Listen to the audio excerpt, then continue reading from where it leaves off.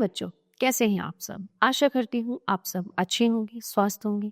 स्वागत है आपका इस कक्षा में। आइए आज हम पढ़ते हैं व्याकरण का पाठ 5 शब्द भंडार यानी कि वर्ड डिस्क्रिमिनेशन। ठीक है, तो शब्द भंडार में पूरा मतलब इसमें होते हैं पर्यायवाची शब्द, विलोम शब्द, अनेक शब्दों के लिए एक शब्द, श्रुति संभिन्नार्थक शब्द। तो जितनी भी वोकैबुलरी है, जितना भी शब्दों का मतलब जो यूज होते हैं, जो इस्तेमाल, जो हम प्रयोग करते हैं अपनी व्याकरण में, वो सब जो है इस शब्द भंडार के अंतर्गत आता है। तो आइए शुरू करते हैं। सबसे पहले हम जानेंगे पर्यायवाची शब्द के बारे में। जो शब्द एक सा अर्थ बताते हैं उन्हें पर्यायवाची या समानार्थी शब्द कहते हैं। ये शब्द समान अर्थ रखते हुए भी सूक्ष्म सा अंतर प्रकट करते हैं। जैसे पंकज शब्द पंक ज शब्दों के मेल से बना है, जिसका अर्थ होता है पंक यानी कीचड़ और ज यानी उत्पन्न होने वाला, अर्थात कीचड़ में उत्पन्न होने वाला यानी कमल। वैसे तो कीचड़ में बहुत से छोटे छोटे कीड़े मकोड़े भी जन्म लेते हैं, परंतु उनके लिए हम पंकज शब्द का प्रयोग नहीं कर सकते। किसी वस्तु के गुण, रूप अथवा अवस्था आदि देखकर उसके पर्यायवाची शब्दों का जन्म होता है। पर्यायवाची शब्द अधिकांशतः रूढ़ शब्द होते हैं। नीचे कुछ पर्यायवाची शब्दों की सूची दी जा रही है, उन्हें ध्यान से पढ़िए और इनमें छिपे सूक्ष्म अंतर तथा उनके उचित प्रयोग पर ध्यान दीजिए। यद्यपि पर्यायवाची शब्दों के अर्थ में समानता होती है, तथापि उनके अर्थ में सूक्ष्म अंतर होता है। उदाहरण के लिए दिन के पर्यायवाची शब्दों दिवस, वार का प्रसंगानुसार प्रयोग देखिए। ठीक है ना, जैसे दिवस को हम वार भी कहते हैं। मैं प्रतिदिन स्कूल जाता हूं। हमने स्वतंत्रता दिवस पर झंडा फहराया। इन वाक्यों में स्पष्ट हो रहा है कि सभी पर्यायवाची शब्द सभी जगह उपयुक्त नहीं होते, इसलिए इनका प्रयोग प्रसंग और वाक्य के अनुसार करना चाहिए। नीचे कुछ पर्यायवाची शब्द दिए जा रहे हैं, इन्हें पढ़िए। शब्द पर्यायवाची शब्द, ठीक है। अंग, हिस्सा, भाग, अंश, अपमान, तिरस्कार, अवहेलना, निरादर, आनंद, प्रसन्नता, उल्लास, मोद, आमोद, इच्छा, लालसा, चाह, कामना, अभिलाषा, धन, संपत्ति, विभूति, दौलत, द्रव्य, बंदर, मरकट, कपि, वानर, हरि, रास्ता, पथ, बाट, मार्ग, राह, अनुपम, अनोखा, निराला, अपूर्व, आकाश, आसमान, व्योम, अंबर, दीन, गरीब, रंग, निर्धन, विनय, विनती, निवेदन, अर्ज, मेघ, जलधर, घन, नीरन, पयोर। ठीक है, तो ये थे हमारे पर्यायवाची। आगे चलते हैं। आगे हम जानेंगे विलोम शब्द के बारे में, जिनको हम एंटोनियम्स कहते हैं। ठीक है, देखिए, दशरथ मांझी सड़क बनाने के लिए दिन रात परिश्रम कर रहा था। उसे दिन में कई बार पहाड़ पर ऊपर नीचे आना जाना पड़ता था। उसे जय पराजय की कोई चिंता नहीं थी, वो केवल अपना लक्ष्य पाना चाहता था।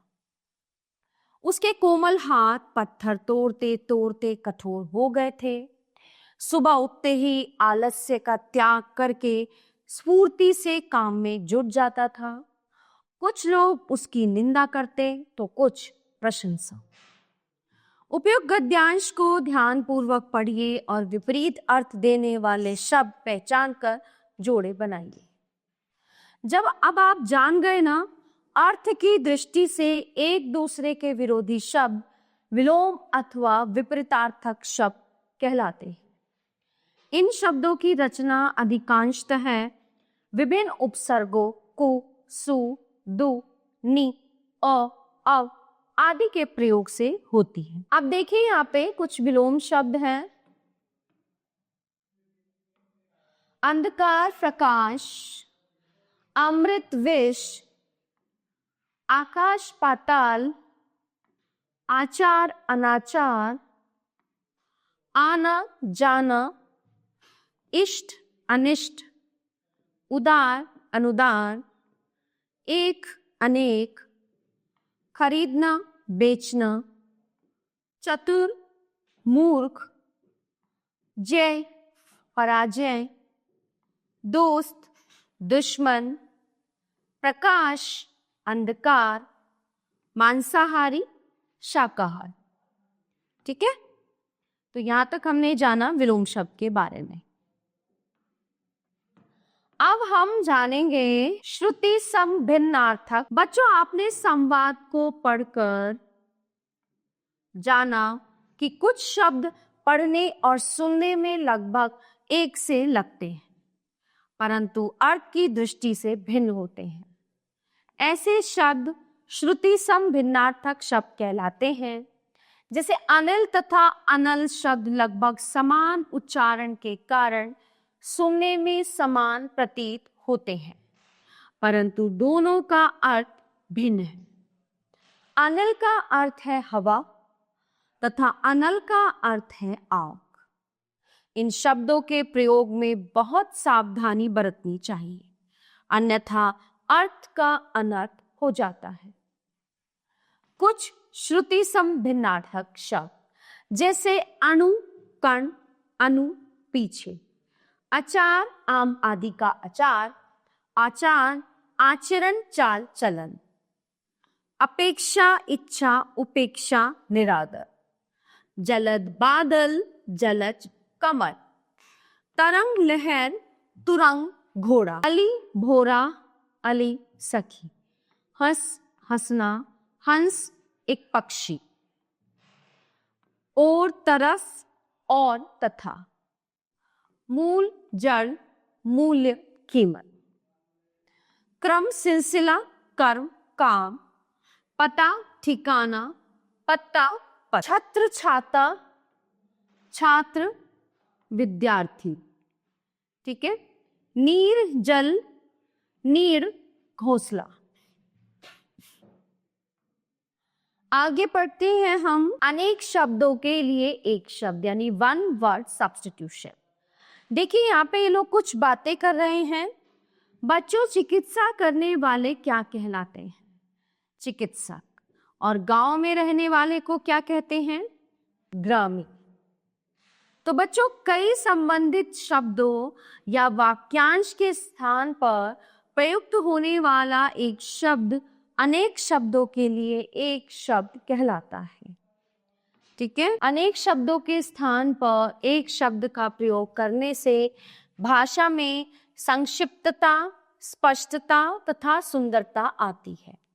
जो सहन करने योग्य ना हो, असह्य, जो कभी बूढ़ा ना हो, अजर, जो कभी ना मरे, अमर, जो नियम के अनुसार न हो, अनियमित, जो आंखों के सामने हो, प्रत्यक्ष, जो कठिनाई से मिले, दुर्लभ, सदा रहने वाला, शाश्वत, जिसका आकार ना हो, निराकार, जिसका इलाज ना हो सके, असाध्य, जो बाहर से मंगाया गया हो, आयातित, ढोंग करने वाला, ढोंगी, मीठा बोलने वाला, मृदुभाषी, 15 दिन में एक बार होने वाला, पाक्षिक, जो पहले ना पढ़ा हो, अपठित, व्याकरण का ज्ञाता, व्याकरण, जिसकी कोई उपमा ना हो, अनुपम, जिसके समान कोई दूसरा ना हो, अद्वितीय, उपकार मानने वाला, कृतज्ञ, जिसे प्रतिष्ठा प्राप्त हो, प्रतिष्ठित, जिसका पेट लंबा हो, लंबोदर, जो मांस खाता हो, मांसाहारी। ठीक है,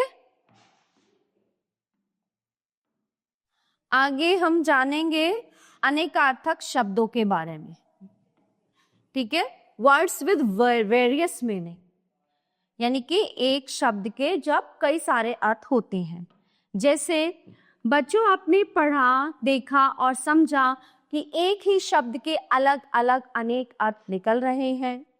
हिंदी भाषा में एक ही शब्द के एक से अधिक अर्थ प्रकट करने वाले शब्द अनेकार्थक शब्द कहलाते हैं। दिए गए चित्रों में भी आपने देखा कि एक शब्द के तीन तीन अर्थ प्रकट हो रहे हैं।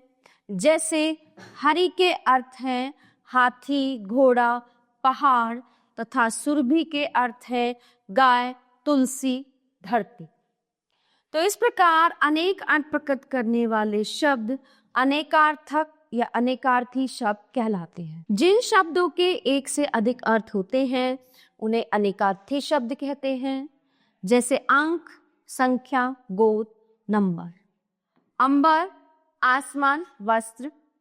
अचल, स्थिर, पर्वत। अधर, ओठ, अंतरिक्ष। अवधि, समय सीमा।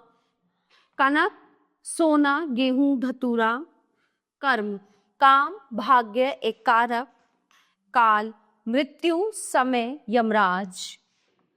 पूर्व, एक दिशा या पहले। बल, शक्ति, सेना।